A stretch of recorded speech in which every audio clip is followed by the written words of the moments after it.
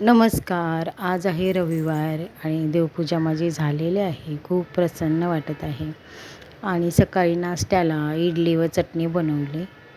आज रविवार असल्यामुळे मुलांना सगळे घरात होते, त्याच्यामुळे इडली बनवली. मस्त असं मऊ लुसलुशीत इडल्या झाल्या. सगळ्यांनी भरपूर नाश्ता व्यवस्थित केला आणि दुपारी असं भाजणी केली मी चकलीची, लाडवाची. आणि पूर्ण भाजणी झाल्यावर मला शूट करून दाखवायचं होतं, पण मैत्रीण आली, तिच्या बोलण्याच्या नादात ते दाखवलं नाही. आणि रात्री जेवणामध्ये वरण बनवलं डाळीचं. मूग आणि तुरीची डाळ मी मिक्स करून वरण बनवते आणि मेथीची भाजी अशी मस्त असं खोबरंचं चव घालून मी बनवते. आणि कारल्याची भाजी आमच्याकडे 2 दिवसातून एकदा असतेच. तुमच्याकडे कारल्याची भाजी आवडीने खातात काय? नक्की सांगा.